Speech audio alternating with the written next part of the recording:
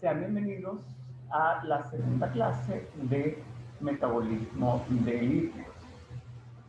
En esta clase vamos a continuar viendo la digestión que comenzamos en la clase pasada. Entonces, retomando de la clase pasada, habíamos dicho que en esta segunda clase íbamos a ver la segunda parte de la digestión de lípidos y el metabolismo de las lipoproteínas. Vamos a comenzar entonces con la segunda parte de la digestión de lípidos.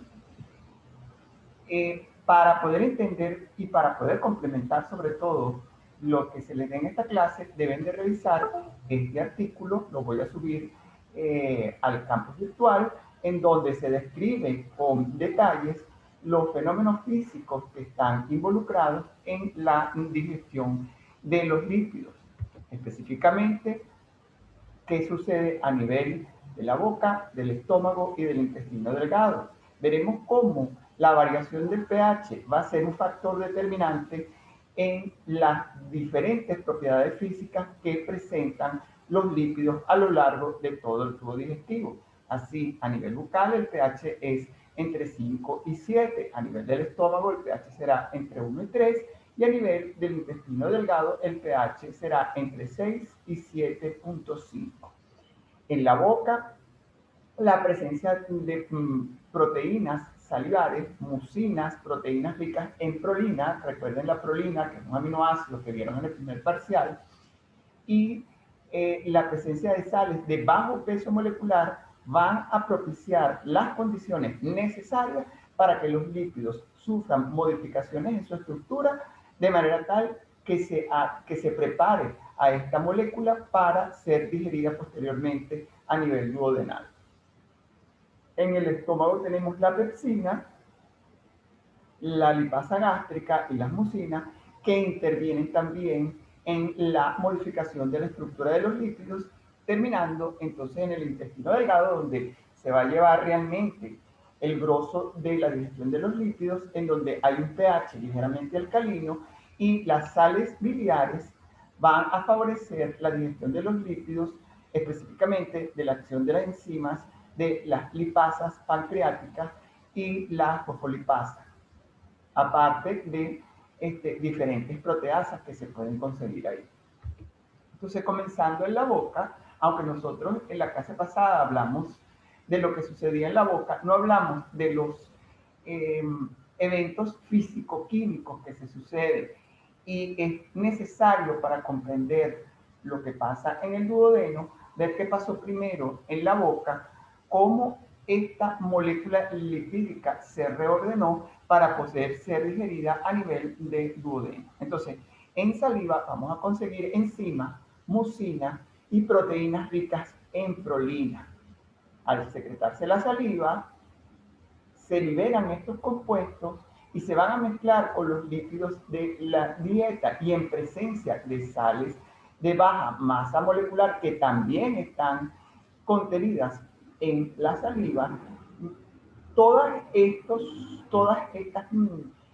proteínas y las sales de baja masa molecular van a provocar un cizallamiento de las partículas lipídicas, colocándose entonces entre la mucosa y los dientes, originando modificaciones de las propiedades de los lípidos, originando entonces una emulsión lipídica gruesa.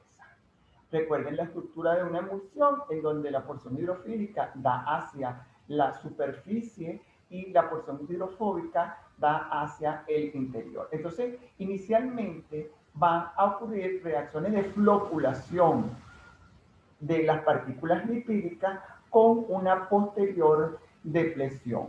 La floculación no es más que la aglutinación, en este caso aglutinación de las partículas lipídicas contenidas en la saliva. Estas gotas lipídicas, representadas a través de una emulsión lipídica gruesa, van a ser trasladadas entonces hacia el estómago.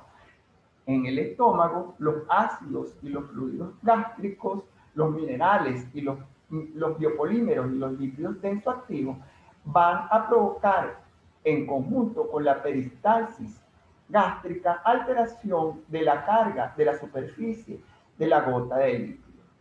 Todo esto hace que estas gotas de líquido sufran un proceso de coalescencia, es decir, que se unan como unas gotas con otras y forman una gota grande, o de disrupción, en donde por el contrario van a ser separadas en gotas pequeñas, lo cual hace que los ácidos grasos que sean liberados por acción de las lipasas, tanto la gástrica como la lingual, actúen como agentes surfactantes proporcionando una superficie hidrofílica que contribuye a la formación de la emulsión. Entonces, estos ácidos grasos se emulsionan, forman gotas lipídicas que por acción de los movimientos peristálticos van a cambiar de diámetro, siendo más grande por la coalescencia o más pequeña por la disrupción. Finalmente, estas gotas lipídicas llegan al intestino, en donde se describe que hay un cambio brusco de pH que va a favorecer la ionización de los ácidos grasos. Al ionizarse estos ácidos grasos, por supuesto, hace que cambie la estructura de esta emulsión lipídica.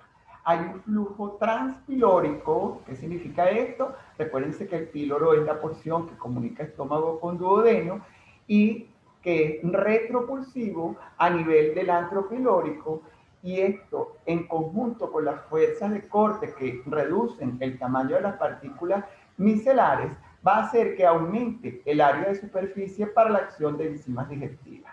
Recuerden que los lípidos se van a constituir o se van a disponer, mejor dicho, en forma de emulsiones en donde la porción hidrofílica va a estar hacia la parte exterior de la gota de grasa y la porción hidrofóbica hacia la parte interior. Entonces, las enzimas que van a digerir estas grasas se van a dosar en la interfaz que va a estar colocada entre la porción hidrofóbica, que estaría representada con el color amarillo, y la porción hidrofílica, que sería todo lo que rodea a la gota de grasa.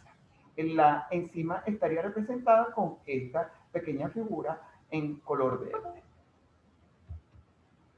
Ahora bien, una vez que llega este lípido a el duodeno en forma de quimo, este lípido pasa al duodeno y en el duodeno se estimula la liberación del jugo pancreático. Este jugo pancreático es liberado, por supuesto, por el páncreas, que es una glándula de secreción mixta. ¿Qué quiere decir que sea de secreción mixta? Que es endocrina y exocrina a la vez. La porción endocrina la revisaron en metabolismo de carbohidratos, vieron como las células alfa y beta de los islotes de Langerhans liberan insulina y glucagón respectivamente.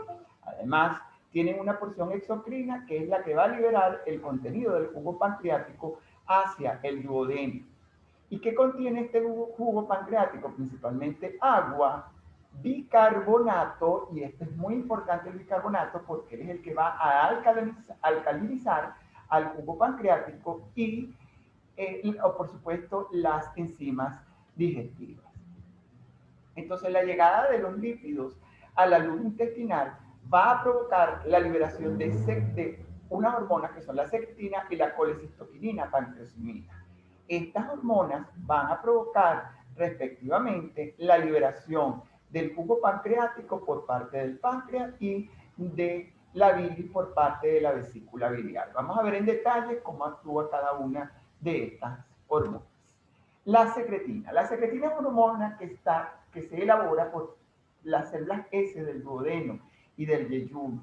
Esta secretina va a incrementar la producción de bicarbonato y agua por parte del páncreas, es decir, va a producir una secreción acuosa, aguada y alcalina. Y este medio alcalino es indispensable para la activación de las enzimas hidrolíticas que van a digerir a los lípidos en este caso, pero en general a todas las enzimas que digieren carbohidratos, lípidos y proteínas. La liberación a la sangre de la secretina va a ser estimulada con la llegada del bolo alimenticio acidificado del estómago. Por otra parte, tenemos el sistema de colecistoquinina, pancreosimina. Esta hormona va a ser liberada por las células endocrinas tipo I localizadas en el duodeno. Los productos de la digestión de la grasa, proteínas, polisacáridos van a estimular su liberación a sangre y muy importante, ellos van a inducir a la relajación y la apertura del esfínter de Oddi. Recuerden que el esfínter de Oddi no es más que el conducto que va a comunicar el contenido que viene del páncreas y de la vesícula biliar con el duodeno. ¿Ok? También se ha descrito recientemente que esta hormona, aparte de su función digestiva, conocida y trabajada en este tema, participa a nivel del sistema nervioso central como señal de saciedad. Entonces, por una parte estamos digiriendo las grasas, pero por otra parte se está enviando señales al sistema nervioso central diciendo que hay saciedad y que ya no debemos seguir ingiriendo los lípidos. Esta, a diferencia de la hormona anterior, de la secretina, la colecistoquinina, pancreatinina, va a estimular la secreción de un jugo pancreático más bien espeso. ¿Por qué? Porque va a ser rico en contenidos enzimáticos. ¿Ok? Ya vamos a ver cuáles son las enzimas que contiene este jugo pancreático. Entonces, en líneas generales, ¿qué contiene el jugo pancreático? Enzimas para la digestión de carbohidratos, de proteínas, de ácido nucleico y de lípidos, que es lo que nos trae acá en este tema. Coenzimas, la colipasa. Y aparte, aguas, sales minerales y bicarbonatos. ¿Cuáles son las enzimas contenidas en este jugo pancreático?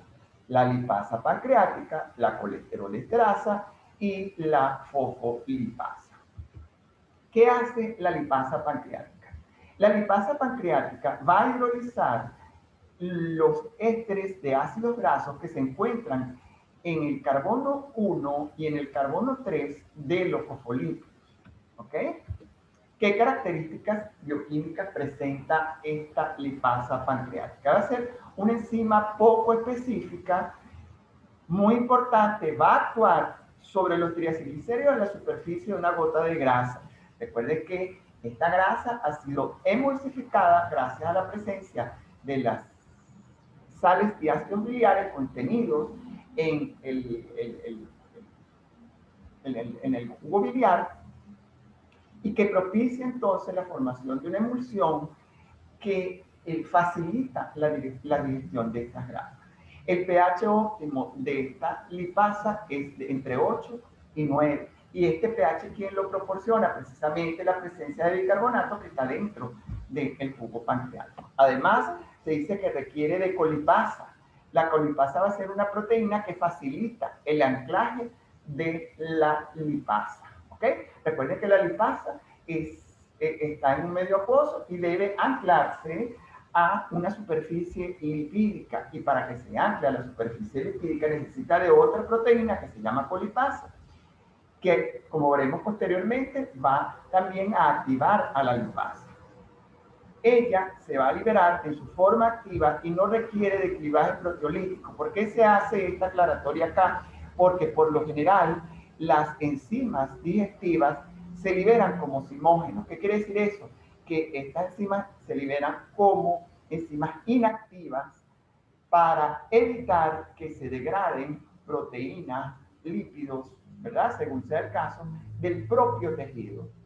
Sin embargo, el caso específico de la lipasa pancreática, ella ya va a estar activa. Ella no requiere de un agente extra para poder activarse. ¿Qué características y qué funciones tiene la colipasa? Recuerden que habíamos dicho que esta lipasa requería de una colipasa, que era la proteína que facilitaba el anclaje de la lipasa. Bueno, esta colipasa va a proteger a la lipasa de la inactivación por las sales biliares y las proteasas presentes en la luz intestinal. En el intestino no solamente van a haber enzimas que digieran lípidos, que son el tema que nos trae acá hoy, sino también van a haber enzimas que digieren proteínas. Y como las lipasas son proteínas, entonces debe protegerse a esta lipasa de la acción de las proteasas que están en el duodeno para que ellas no sean digeridas. Y esto lo hace la colipasa. Esta colipasa es liberada en forma inactiva y se va a activar por acción de la tripsina pancreática, como verán Posteriormente, en el metabolismo de proteínas, la tripsina es una enzima que va a activar la digestión de las proteínas a nivel del duodeno. Ella se une, la colipasa, a la interfaz lípido-agua de las gotas de grasa, formando un complejo ternario. ¿Qué significa complejo ternario? Que va a estar constituido por tres eh, elementos, que van a ser la gota de grasa, la colipasa y la lipasa. Ella también, la colipasa, va a permitir el contacto físico de la enzima con su sustrato y va a favorecer a su vez su activación. Aquí tenemos la estructura molecular de la lipasa. Recuerden que como es una proteína, ella va a tener estructuras alfa hélice y beta plegada. Esto que está representado en morado serían alfa hélices, esto que está en flechita serían las beta plegadas. Entonces, como toda proteína, ella va a tener un dominio N-terminal y una porción C-terminal, es decir, carboxiterminal y aminoterminal. Aparte de eso, como toda enzima va a tener un sitio activo. En este sitio activo es justamente donde se lleva a cabo la catálisis. Adosado a esta lipasa, pancreática, vamos a encontrar lo que se denomina el dominio FLAP. El dominio FLAP no es más que una proteína que impide el acceso del sustrato al sitio activo. Lo vemos acá en oscuro, dominio FLAP, por lo que el cofactor colipasa que se une al dominio C, este sería la colipasa que se va a unir al dominio C terminal de la superficie agua líquida, no, inicialmente no puede ser activado y la colipasa lo que hace es que inhibe la acción del dominio FLAP para que se active entonces la actividad catalítica de la colipasa. Ahora, será importante conocer con tanto lujo de detalles la estructura molecular de la lipasa pancreática. Sí lo es, porque sobre todo conociendo la estructura de su sitio activo, nosotros podemos diseñar medicamentos que vayan dirigidos únicamente a inhibir la acción de ese sitio activo. Ejemplos de ello tenemos el Orlistat. El Orlistat, que es la tetrohidrolipstatina, es un medicamento que actúa como inhibidor de la lipasa pancreática.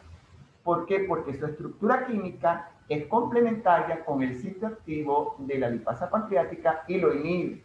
Y hoy en día, en algunos países, se utiliza como como parte del tratamiento para bajar de peso. ¿Por qué? Porque si no actúa la lipasa pancreática porque se inhibe, los triglicéridos no van a ser digeridos en la dieta, por lo tanto los ácidos grasos que conforman al triglicérido no van a poder ser absorbidos en el intestino y van a ser excretados por las heces. Se pierde grasa por las heces y la persona disminuye de peso. La otra enzima es la colesterol esterasa, como su nombre lo indica. Ella va a actuar sobre los ésteres de colesterol. Recuerden que el colesterol está formado por la molécula de ciclopentano peridofenantreno que va a estar esterificada a un ácido graso. Entonces, al actuar la colesterol esterasa, se rompe este enlace y se origina colesterol libre más un ácido graso libre. El pH óptimo de esta colesterol esterasa es de 6.6 a 8.5. ¿Qué características funcionales tiene esta colesterol esterasa?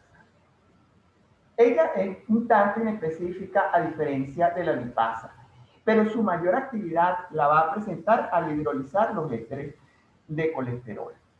También puede actuar como una carboxilester hidrolasa general. Recuerden, por ejemplo, la acción de la lipasa al igual. Bueno, aquí va a haber una acción parecida, pero como carboxilester hidrolasa.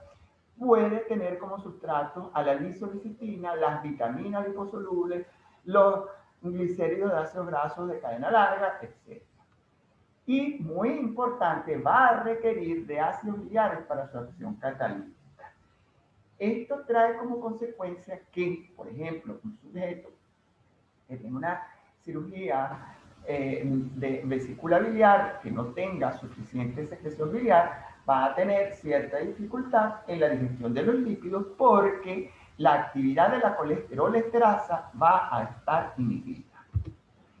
Fosfolipasa, otra enzima que se encuentran en el jugo pancreático. Las fosfolipasas van a actuar dependiendo del tipo de fosfolipasa, la A1 a nivel del carbono 1 del fosfolípido, la fosfolipasa A2 a nivel del carbono 2, la fosfolipasa C a nivel del carbono 3 en el enlace éster y la fosfolipasa D va a actuar a nivel del grupo fosfato. Cuando actúa la fosfolipasa A2, que es la más común, ¿verdad? Se va a liberar un ácido graso y va a originar un lisofosfolípido. En el jugo pancreático específicamente hay fosfolipasa A1 y A2. ¿Qué características y funciones tiene esta fosfolipasa A2? Primero, ella se segrega en forma de proenzima. Aquí tenemos otra enzima que interviene en la digestión que no se segrega activa y que es necesario un proceso previo para que se pueda activar. ¿Y cómo se va a activar? Por la hidrólisis que es catalizada por la tripsina, que es una enzima que digiere proteínas. Ella requiere de calcio para asegurar la fijación del complejo enzima-sustrato y requiere de sales biliares para una adecuada hidrólisis. Las grasas en general deben emulsificarse para que pueda actuar, como les dije anteriormente, las enzimas digestivas en un medio acuoso. Y esto lo hacen a través de los componentes de la bilis. Entonces vamos a detenernos a estudiar los componentes que trae la bilis. La bilis hepática, hay que diferenciar entre bilis hepática y bilis de la vesícula biliar. La bilis es elaborada en el hígado y almacenada en vesícula biliar. Aunque los componentes de bilis hepática y bilis de vesícula biliar son los mismos, ellos difieren en la concentración. De hecho, la bilis de vesícula biliar es mucho más concentrada. Entonces vemos, por ejemplo, que la cantidad de agua en la bilis hepática es de 97.5 gramos decilitros, mientras que en la bilis de la vesícula biliar es de 92, es decir, que se reduce el contenido de agua. ¿Okay? Tiene sales biliares, bilirrubina, colesterol, ácido graso, lecitina, electrolitos y, muy importante, bicarbonato. ¿Okay? ¿Qué funciones tiene la bilis? La más importante y la que nos interesa para este tema es que proporcionan al intestino ácidos biliares para la digestión de las grasas. Fundamental para que se pueda formar la emulsión lipídica en donde van a actuar las enzimas digestivas. También la bilis se encarga de eliminar sustancias endógenas o exógenas como bilirrubina, metales, fármacos y tóxicos. Todos los tóxicos son metabolizados en el hígado, de ahí pasan a vesícula biliar y de vesícula biliar van a duodeno, de duodeno atraviesan todo el tracto digestivo y son excretados por las heces.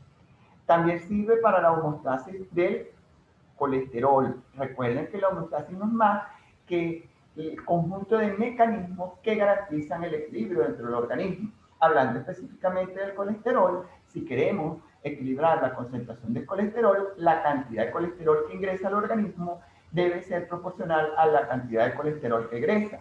Entonces, como a través de la bilis se puede excretar colesterol, de esta manera colabora a la homeostasis del colesterol. Además, y no por ello menos importante, a través de la bilis se segrega inmunoglobulina A. Recuerden de sus clases de proteína, cuando vieron anticuerpos, los anticuerpos no son más que inmunoglobulina. Vieron que había diferentes tipos de inmunoglobulina, como inmunoglobulina A, M, G, D y E. De estas, la inmunoglobulina A es segregada por la bilis, ¿verdad? Y las citoquinas proinflamatorias. Estas citoquinas proinflamatorias son moléculas que también intervienen en la respuesta inmunológica, al igual que la inmunoglobulina A. Ahora bien, todo este marco es para entrar en lo que conocemos como la emulsión, es decir, la gota de grasa en donde se va a llevar a cabo la digestión de los líquidos. Esa emulsión va a estar constituido por un centro de gota de grasa y una periferia que que tiene fosfolípidos. Estos fosfolípidos, representados principalmente por la lecitina, se van a caracterizar por ser, por tener cierta polaridad. ¿Por qué? Porque ellos van a tener una cabeza hidrofílica en donde está, por ejemplo, en el caso de la lecitina, tienen una molécula de radical colina que tiene un nitrógeno cargado positivamente y hay oxígeno del fosfato cargado negativamente. Aquí hay un momento polar que aprovecha entonces el medio acuoso para poder hacer hidrosoluble esta molécula de fosfatidilcolina o lecitina, que es la que se va a ubicar hacia la periferia de la gota de grasa. ¿Qué contenido biliar llega a duodeno? Colesterol, sales biliares, ácidos biliares, teniendo presente que los ácidos biliares al entrar en el duodeno se ionizan por el aumento del pH, ¿ok? Y originan entonces las sales biliares. Todas estas sales biliares se van a disponer en la periferia de la gota de grasa donde va a ocurrir la digestión de los lípidos, ubicándose entonces el radical oxidrilo, del anillo de ciclopentano, perhidrofenantreno, de las sales biliares hacia la porción externa de esa gota de grasa. Ahora bien, se han descrito dos tipos de micela o de gotas de grasa, micela primaria y la micela secundaria. La micela primaria va a estar formada por los componentes de la bilis y los lípidos que se incrustan ahí sin digerir, es decir, previo a que actúen la lipasa pancreática, la colesterol esterasa, todas estas enzimas que estuvimos mencionando. Mientras que la micela secundaria va a estar formada por los productos de la digestión de los lípidos. Ahora bien, cuando hay ausencia o deficiencia de las sales biliares, va a haber esteatorrea, que no es más que liberación a través de las heces de grasa sin digerir. Va a haber una absorción de vitaminas liposolubles alterada. Recuérdense que las vitaminas liposolubles son la A, la D, la E y la K. ¿Por qué? Porque ellas tienen en su estructura el anillo de ciclopentano, perhidrofenantreno del colesterol que les da su carácter hidrofóbico. Entonces, al no haber sales biliares, estos compuestos que contienen estas vitaminas no pueden ser digeridos y son excretados por la heces. Producto de la digestión de los lípidos, tenemos entonces al colesterol libre, no esterificado sino libre, ácidos grasos libres. ¿De dónde vienen esos ácidos grasos libres? De la molécula de triacilglicerol, que fueron sustrato de las lipasas. Los dos monoacilgliceroles, que son productos de la acción de la lipasa, y la molécula de glicerol solita. Entonces, estos lípidos deben atravesar ciertas barreras para poder llegar al enterocito, que es la célula del intestino delgado, a través de la cual van a pasar todos los componentes que después van a ir no a la sangre, como le dije en la primera clase, sino a la linfa, y después de la linfa a la sangre. Entonces, va a haber una capa de agua inmóvil que rodea al epitelio intestinal, específicamente a las vellosidades intestinales, y una membrana del enterocito. ¿De qué depende que pase más rápido o más lento o que no pase un compuesto a través de estas dos barreras? De la constante de difusión que tenga ese lípido y del gradiente de concentración, obviamente. Es decir, si estamos en un medio más concentrado de un lípido determinado, este pasará fácilmente a un medio menos concentrado porque se creó un gradiente de concentración. El colesterol libre, los ácidos grasos libres y los dos monoacilglicerol se van a absorber de una manera lenta y favorecidas por la micela. ¿Qué tipo de micela sería esta? Micela secundaria, ¿verdad? Recuerden que había micela primaria antes de digestión, micela secundaria después de digestión. Los ácidos grasos que tienen cadena larga van a ser transportados por unas proteínas denominadas precisamente transportadores. Y el glicerol, por su naturaleza molecular, van a ser libremente absorbidos por la mucosa intestinal. Aquí tenemos un esquema donde se describe la capa acuosa del epitelio intestinal que va a favorecer la absorción de los lípidos. Lo que está representado en verde son las células del epitelio intestinal, los enterocitos. Lo que está representado en naranja sería la membrana de estas células y esta pequeña capa azul sería la capa acuosa inmóvil. Entonces ocurre digestión de los ésteres de colesterol y los triacilglicéridos que van a originar dos monocilglicéridos, van a originar colesterol libre que van a formar entonces una micela y esta micela solubiliza a estos lípidos y hace que atraviese libremente esta capa de agua y luego lentamente cada componente lipídico atraviesa la membrana lipídica del enterocito para sufrir posteriormente otras reacciones metabólicas que veremos más adelante. Hay que tener en cuenta que esta capa mucosa contiene lipasa y colesterol esterasa. ¿Qué quiere decir esto? Que aunque ya sufrieron los lípidos, ya sufrieron digestión, si queda alguno por ahí sin hidrolizarse, en esta capa acuosa van a haber lipasa y colesterol esterasa que terminen de hidrolizar. Los ácidos grasos de cadena corta van a atravesar libremente la membrana, mientras que aquellos ácidos grasos de cadena larga lo van a hacer a través de transportadores. ¿Qué transportadores conocemos? Ya vamos a ver más adelante. Se requiere, ¿por qué debe haber un transportador en estos enterocitos de ácidos grasos? Es necesario que haya un transportador de ácidos grasos primero para asegurar la captación de ácidos grasos cuando haya poca en el medio o por el contrario para limitar los ácidos grasos que vayan a circulación cuando hay mucho. ¿Por qué? Porque estos transportadores, al igual que las enzimas, también se saturan.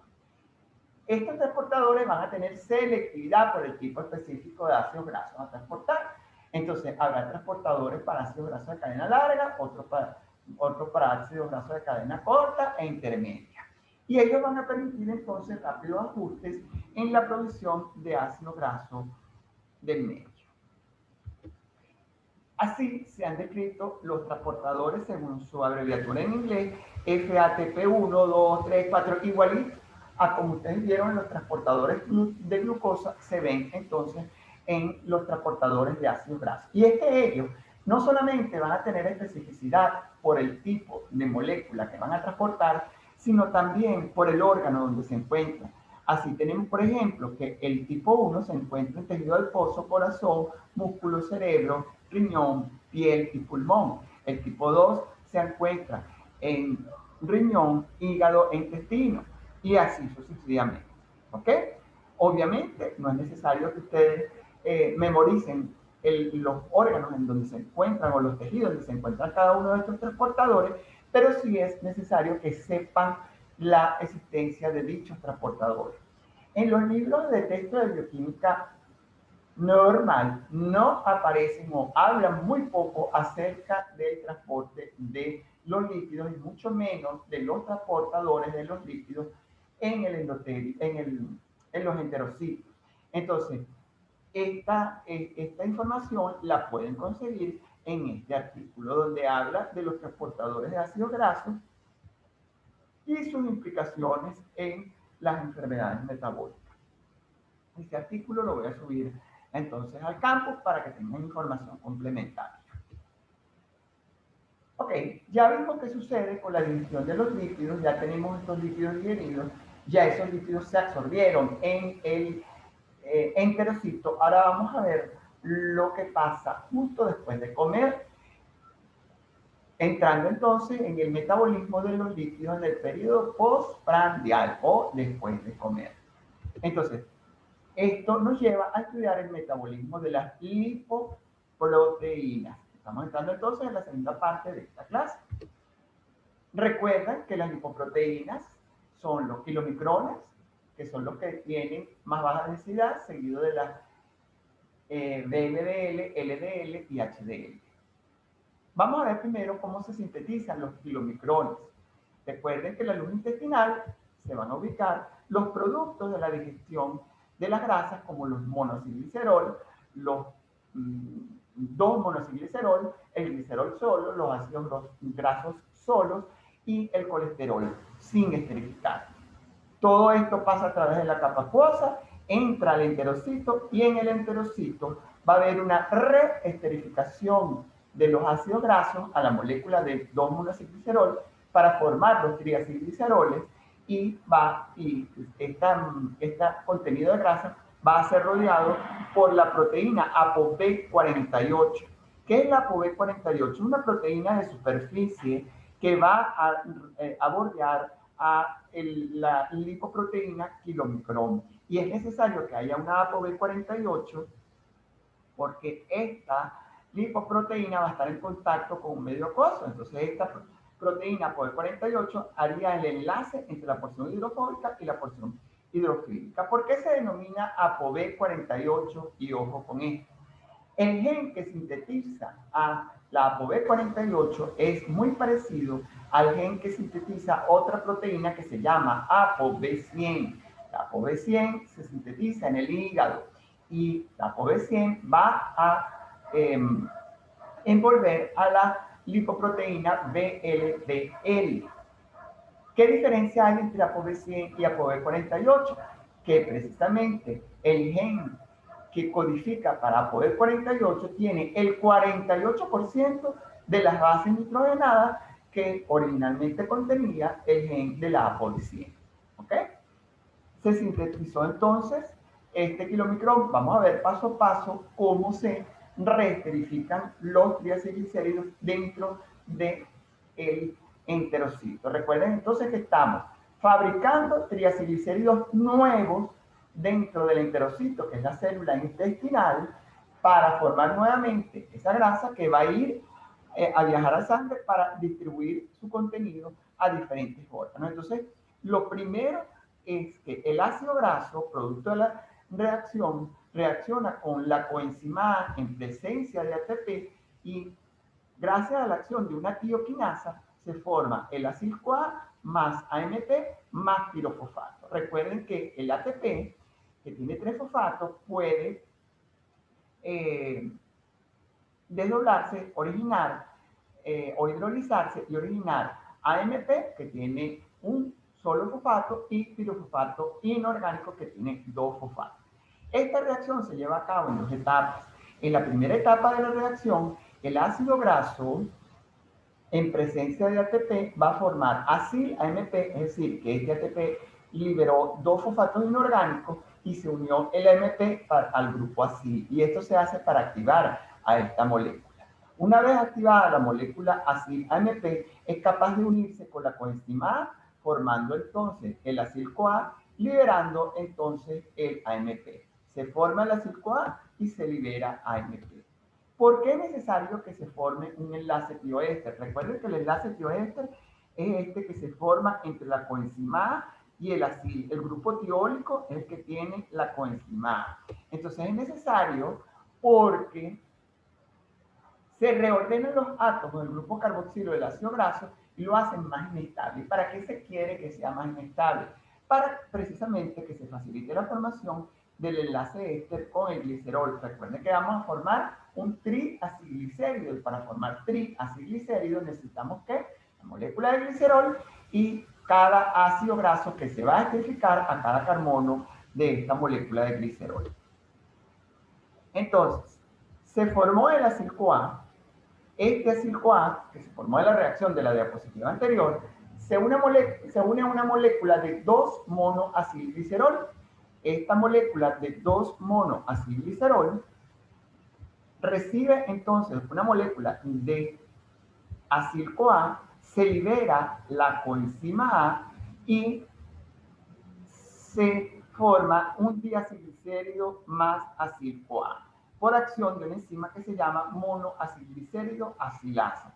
Como su nombre lo indica, si es una acilasa, ella va a transferir un grupo acilo, es decir, que viene de un ácido graso, a una molécula que ya tiene otro ácido graso para formar el diacilglicerol más acil-CoA. Luego, por la diacilglicérido acilasa, se libera otra molécula de coenzima A, ingresándose entonces otro acil-CoA, formándose un triacilglicérido. Entonces, en pocas palabras, tenemos un monoacilglicerol que tiene un ácido graso esterificado en el carbono 2, que posteriormente va a sufrir la unión de dos ácidos grasos sucesivamente por la monoacilgliceridacilasa y la diacilgliceridacilasa. La energía necesaria para que se lleve a cabo esta reacción de síntesis viene dada por la liberación de la coenzima A. Recuerden que el metabolismo se divide en dos grandes grupos, en dos grandes tipos de reacciones, las catabólicas y las anabólicas. Ya habíamos dicho desde las clases de bioenergética que en el anabolismo se requiere gasto de energía y en la energía necesaria para que ocurra este anabolismo o síntesis de moléculas nuevas precisamente viene dado por la liberación de la molécula de coenzima A.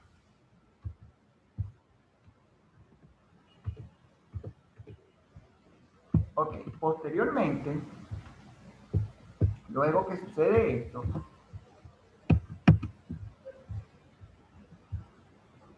vamos a ver cómo van a ocurrir otras reacciones dentro de este enterocito que van a hacer que se sintetice esta lipoproteína.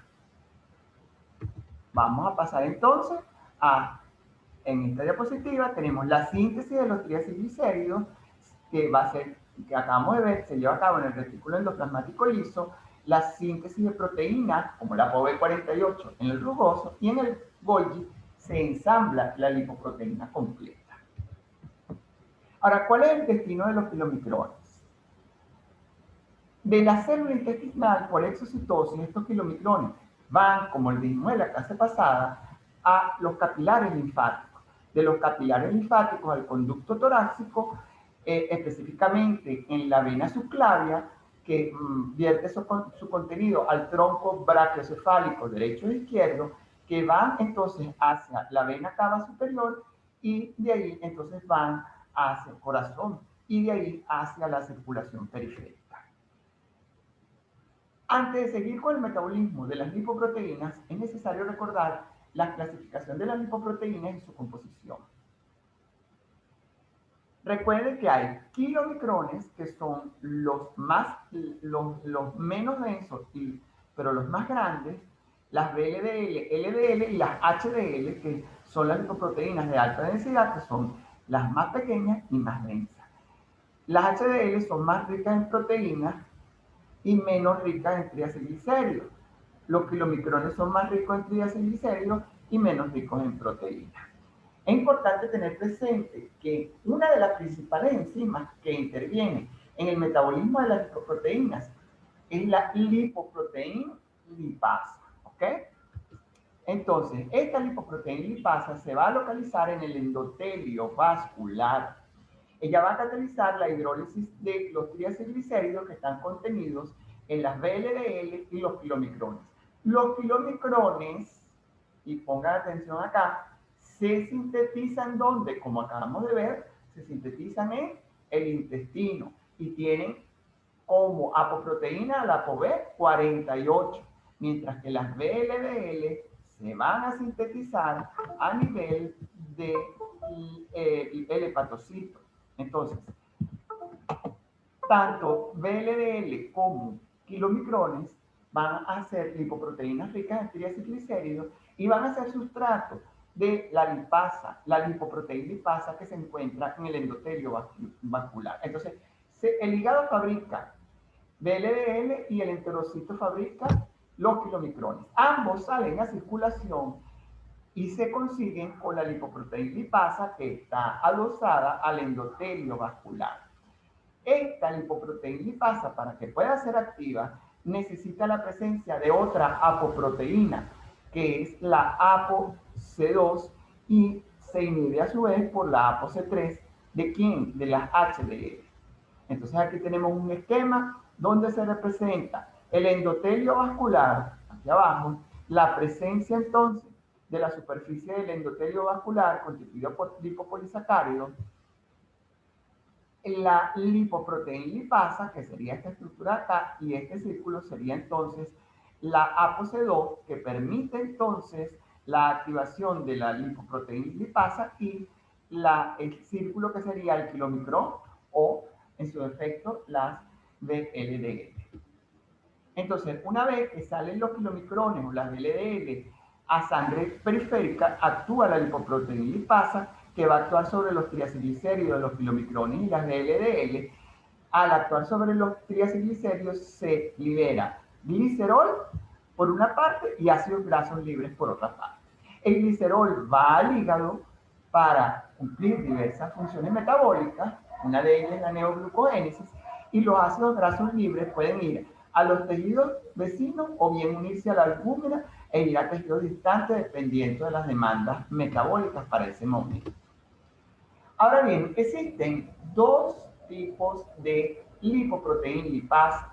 Existe la lipoproteína lipasa del tejido adiposo y la lipoproteína lipasa del corazón y otros tipos de músculos. La lipoproteína lipasa del tejido adiposo se caracteriza por tener un elevado KM, valor de KM, si recuerdan de sus clases de enzimas, a mayor KM hay menor afinidad. Esto quiere decir que es necesario mayor concentración de sustrato para alcanzar la mitad de la velocidad máxima, en este caso, la mitad de la velocidad requerida para digerir a los triacilglicéridos.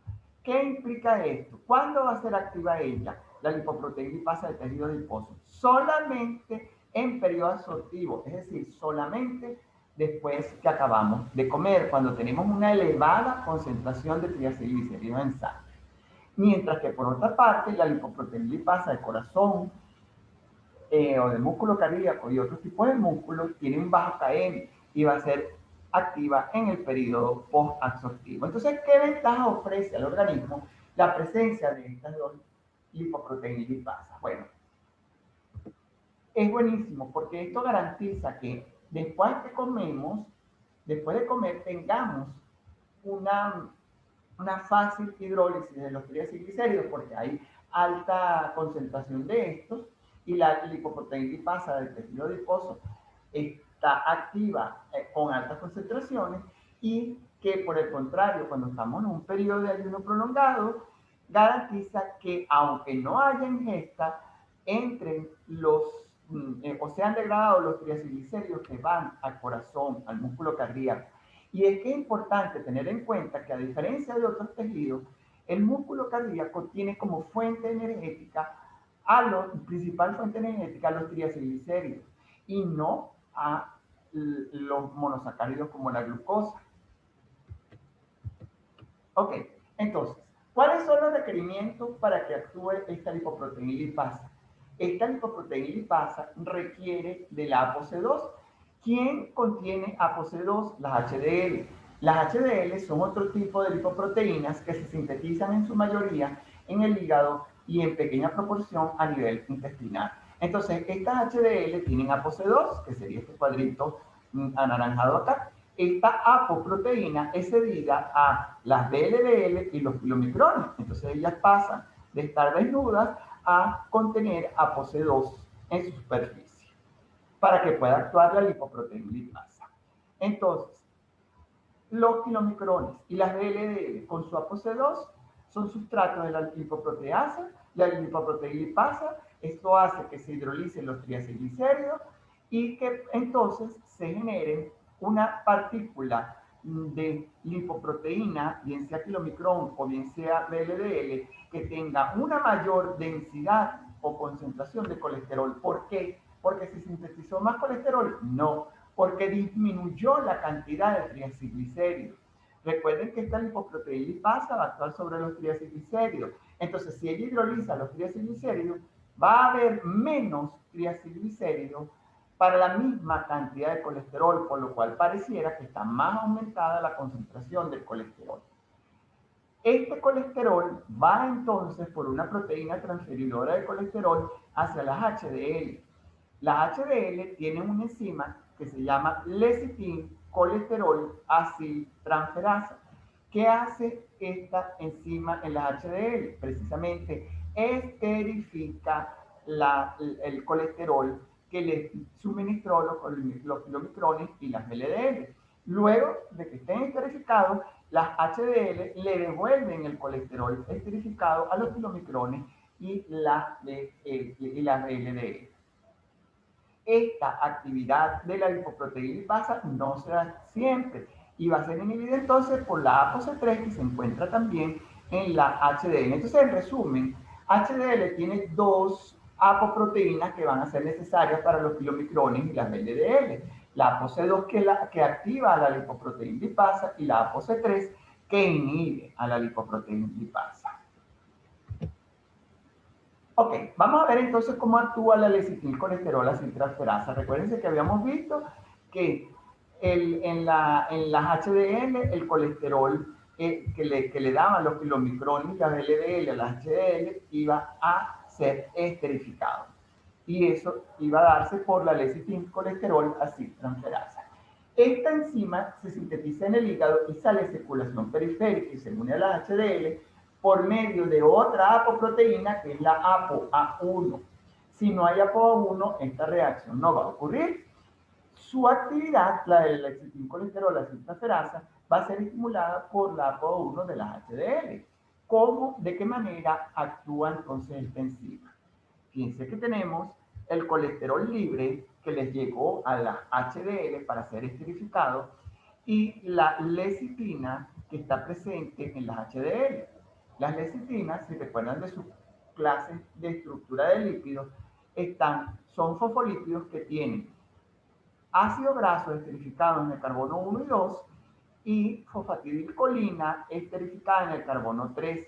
Entonces, este último grupo de fosfatidilcolina va a ser transferido desde la lecitina hasta el colesterol. Entonces, si se libera esta lecitina de acá, entonces vamos a tener que se origina una lisolecitina, que es lo mismo que la lecitina, pero sin el ácido graso ubicado en el carbono 2 y un colesterol esterificado. Aquí yo les mencioné que era la fosfatidilcolina lo que se transfería. No, es el ácido graso del carbono 2 el que se transfiere. Entonces, el ácido graso va a transferirse y va a quedar entonces la lisolecitina, producto de la hidrólisis de lecitilcolesterol acetiltransferasa, y el colesterol que estaba libre ahora va a estar esterificado a un ácido graso. ¿Okay? Ahora bien, los fosfolípidos, las LDL y los kilomicrones se van a transferir a la HDL. En la HDL va a haber esterificación y va a haber entonces intercambio de estos fosfolípidos con las membranas celulares. Entonces, resumiendo, ¿qué sucede?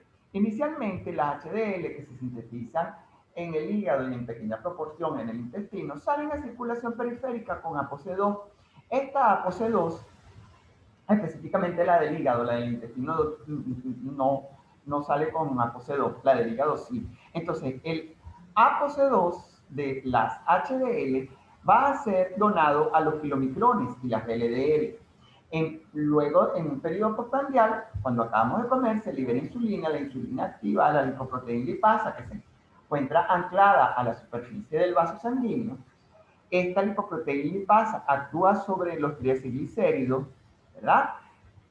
Modifica la estructura de los kilomicrones y las LDL y libera, y posteriormente se libera colesterol de kilomicrón y de LDL y se transfiere a las HDL. Estas HDL esterifican el colesterol y transfieren el colesterol esterificado hacia los kilomicrones y las LDL. Vale recalcar acá que, como veremos posteriormente, esta transferencia de lípidos se hace a través de proteínas transferidoras, que veremos posteriormente.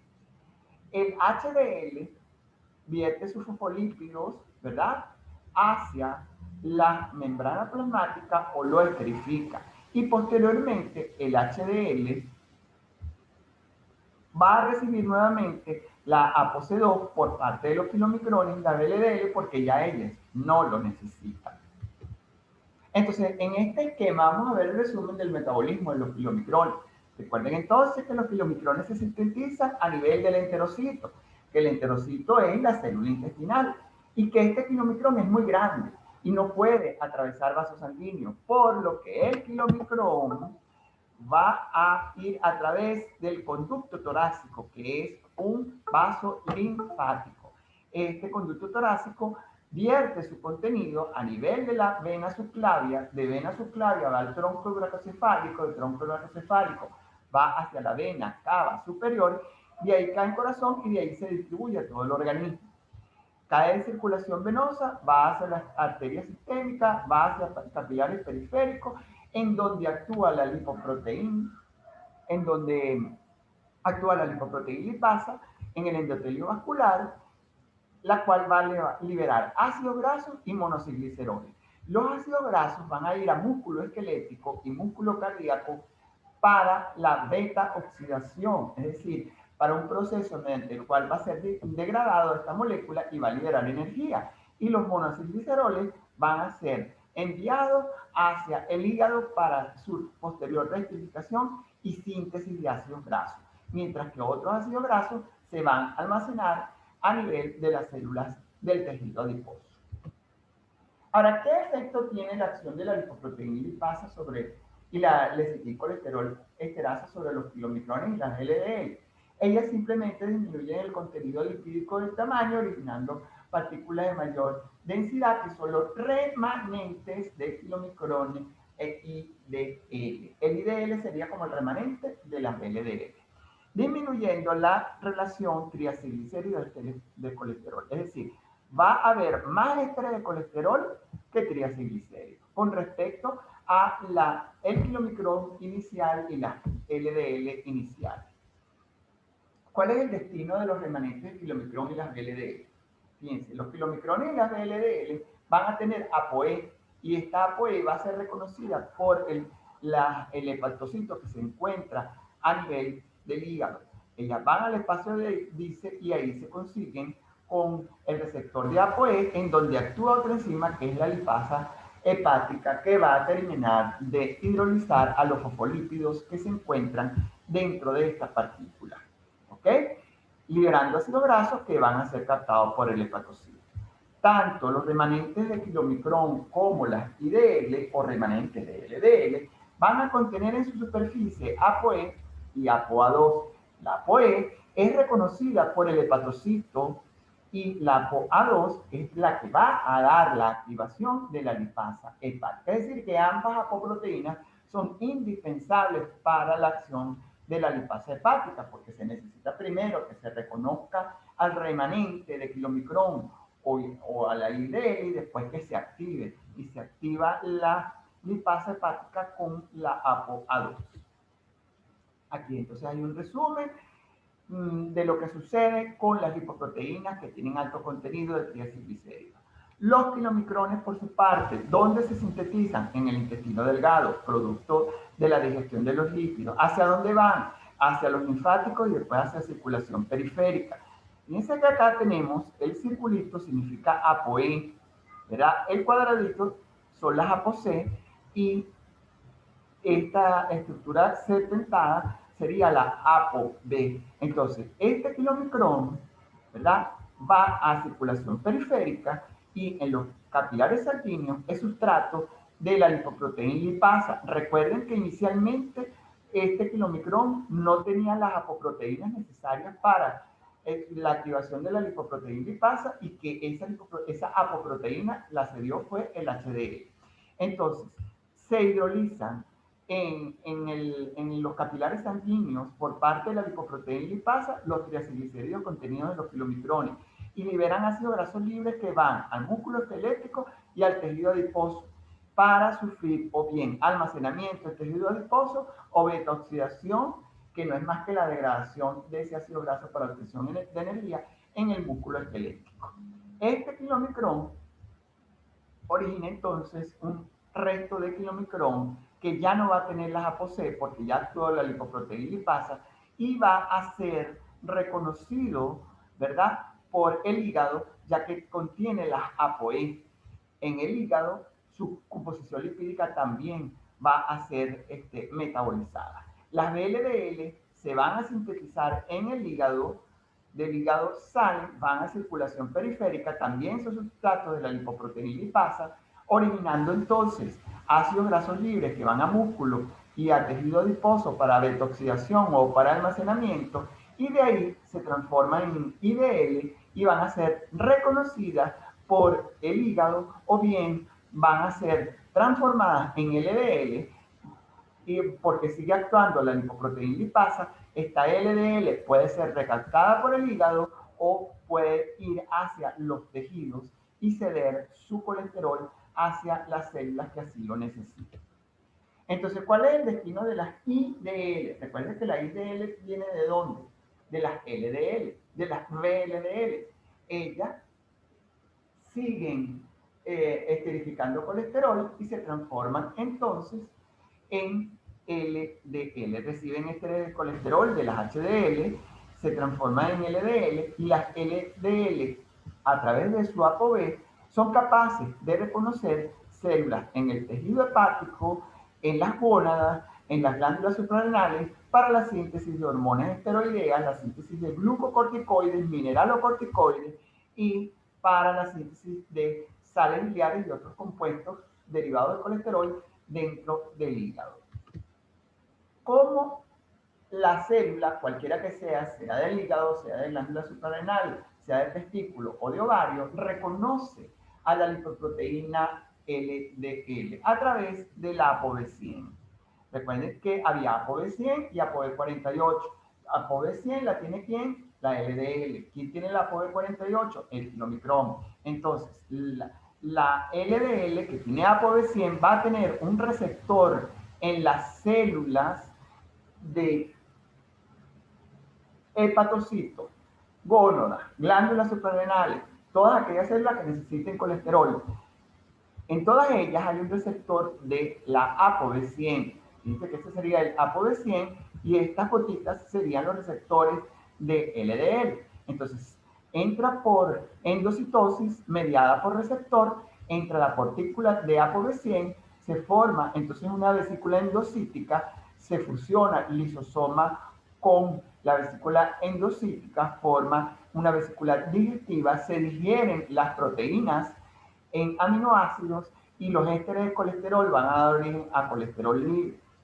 ¿Qué pasa? Este colesterol libre va a inhibir a una enzima que se llama hidroximetilglutaryl-CoA reductasa, abreviado aquí como HMG-CoA reductasa. Sería esta enzima que está acá, hidroximetilglutaryl-CoA reductasa. Esta enzima hidroximetilglutaryl-CoA reductasa es la principal enzima activadora de la síntesis de colesterol. Entonces, ante el aumento de la concentración de este colesterol inhibe al hidroximetilglutaryl-CoA reductasa para decirle no sintetices más colesterol. Los aminoácidos liberados pueden entonces servir para la síntesis de nueva proteína para fabricar entonces más receptores. De esta manera se inhibe la entrada de más colesterol porque esta molécula ya está diciendo que no se fabrique más colesterol.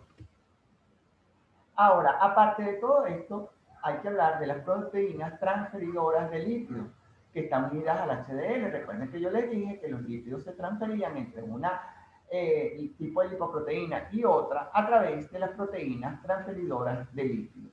Existen proteínas transferidoras de ésteres de colesterol y proteínas transferidoras de fosfolípidos. La proteína transferidora de ésteres de colesterol realiza el intercambio de ésteres de colesterol por triacilglicéridos entre las HDL y las VLDL o LDL. ¿Quién tiene ésteres de colesterol? Las HDL que fabrican precisamente el éster de colesterol y se lo dan a las VLDL o las LDL. Después tenemos proteínas transferidoras de fosfolípidos que realizan el intercambio de fosfolípidos entre diversas lipoproteínas. Ok, ya hablamos del metabolismo de los kilomicrones, las LDL, las VLDL, las IDL. Ahora falta hablar del metabolismo de las HDL colesterol. El metabolismo de las HDL colesterol es sumamente complejo y aún no está del todo elucidado. De hecho, en muchos libros no hablan por completo de lo que sucede con las partículas de HDL colesterol. En algunos libros dicen algunos tienen algunas aseveraciones que son contradictorias con la del otro libro y realmente es difícil, bien difícil cotejar una información concreta. Entonces yo acá les resumí la información que es común a la mayoría de los libros. Más adelante le voy a dar la bibliografía, el artículo científico de donde fue tomado esta información. Fíjense, normalmente se habla de que existen dos tipos de colesterol, el bueno y el malo, aunque esto no es totalmente cierto.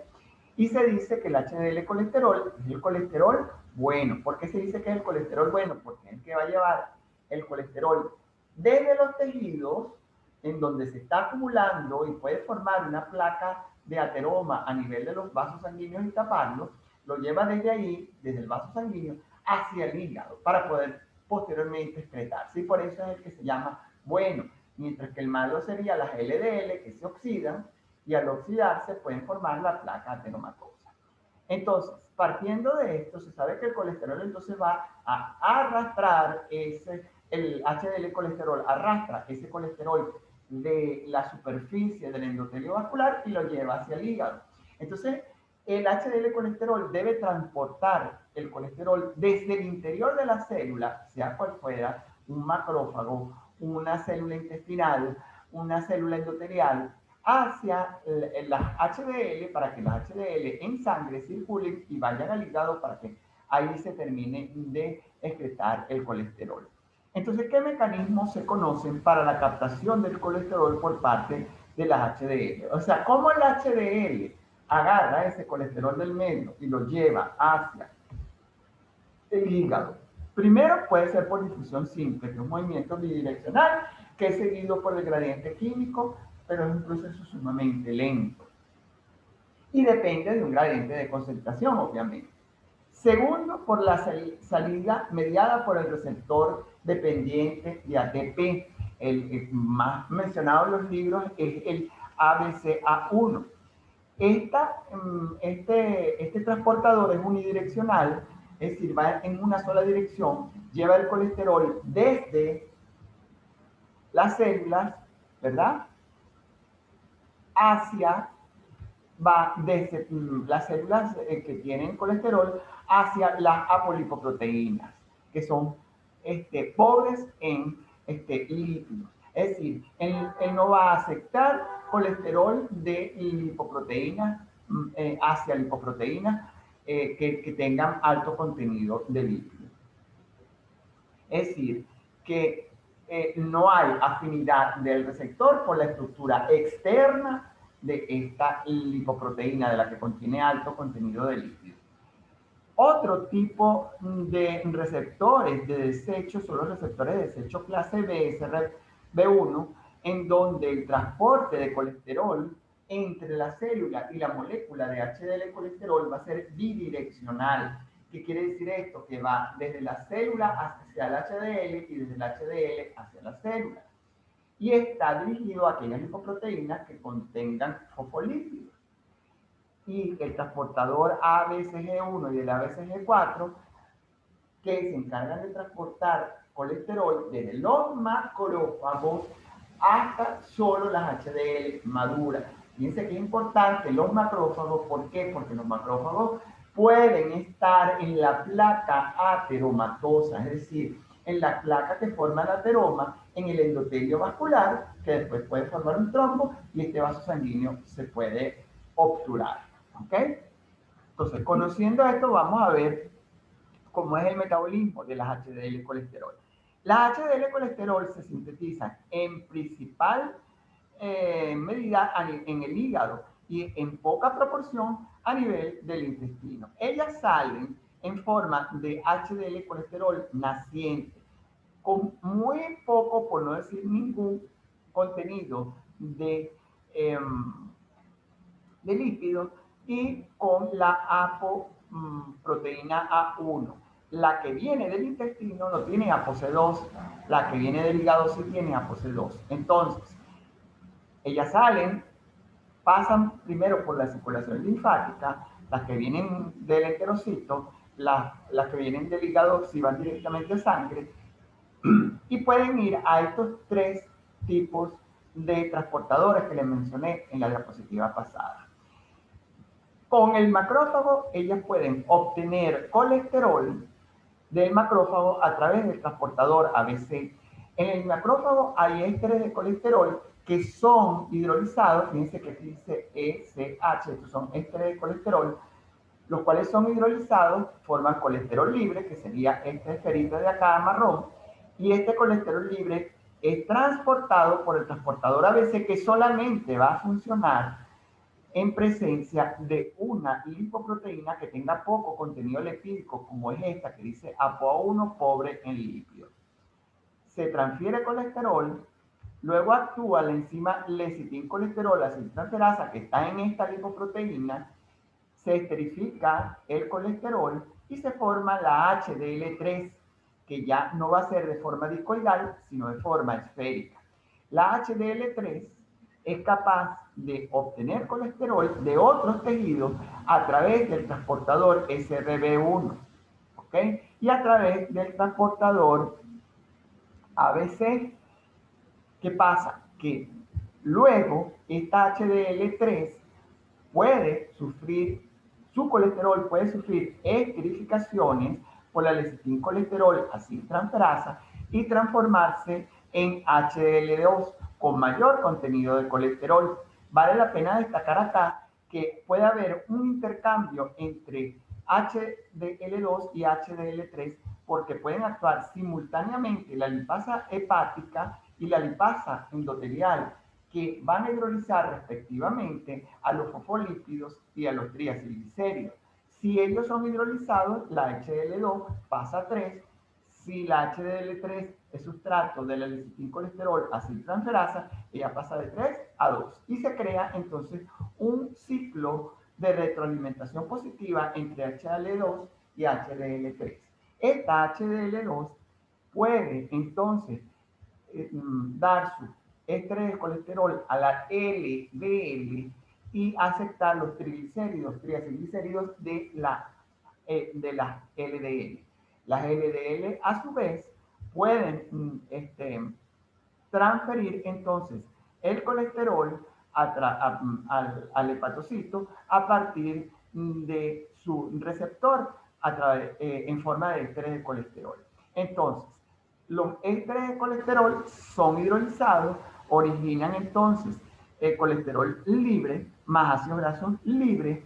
Este colesterol libre, por acción de la acetohidroxilasa, puede originar entonces diferentes sales biliares y a su vez se fabrican diferentes compuestos lipídicos que son vertidos a través de la bilis y pasan nuevamente al intestino y de esta manera se excretan, cumpliéndose entonces de esta manera la función de la HDL colesterol, que es la de llevar el colesterol de los tejidos hacia el hígado, y la función de la LDL colesterol, que es de captar el colesterol en forma de VLDL, que después pasa a LDL, y esta LDL a su vez entrega ese colesterol, como lo vimos en la diapositiva donde estaba hígado, testículo, diferentes gónadas y glándulas suprarrenales hacia estos órganos.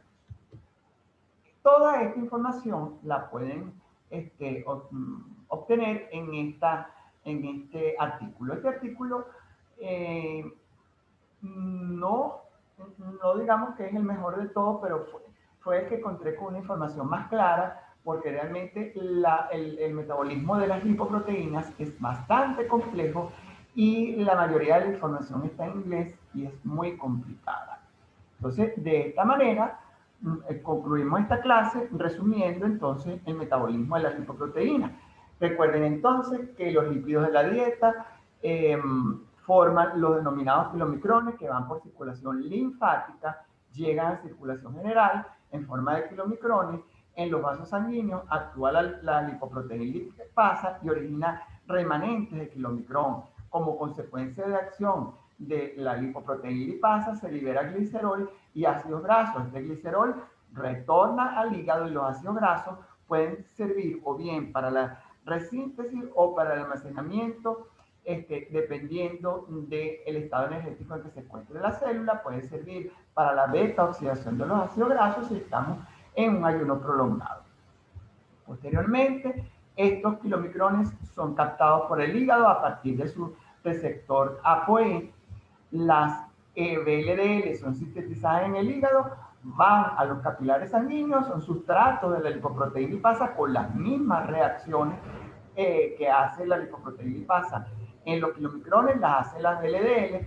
Se generan los remanentes de VLDL o IDL que tienen dos caminos, o bien vuelven al hígado o bien ellos son capaces de transformarse en LDL porque sigue actuando la colesterol esterasa, se forma LDL, esta LDL puede regresar al hígado o ir a los tejidos periféricos. Y el HDL recoge todo el colesterol de los tejidos periféricos y lo lleva entonces al hígado.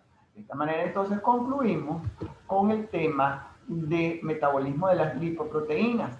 En la próxima clase vamos a ver la síntesis de los ácidos grasos, de los fosfolípidos y los triacilglicéridos, además de ver la beta-oxidación de los ácidos grasos. Entonces, vean bien este video, es bastante complicado el metabolismo de lípidos. Sin embargo, si lo vemos paso a paso, si leen la literatura que se les recomendó, pueden fácilmente comprender esta parte del metabolismo de lípidos.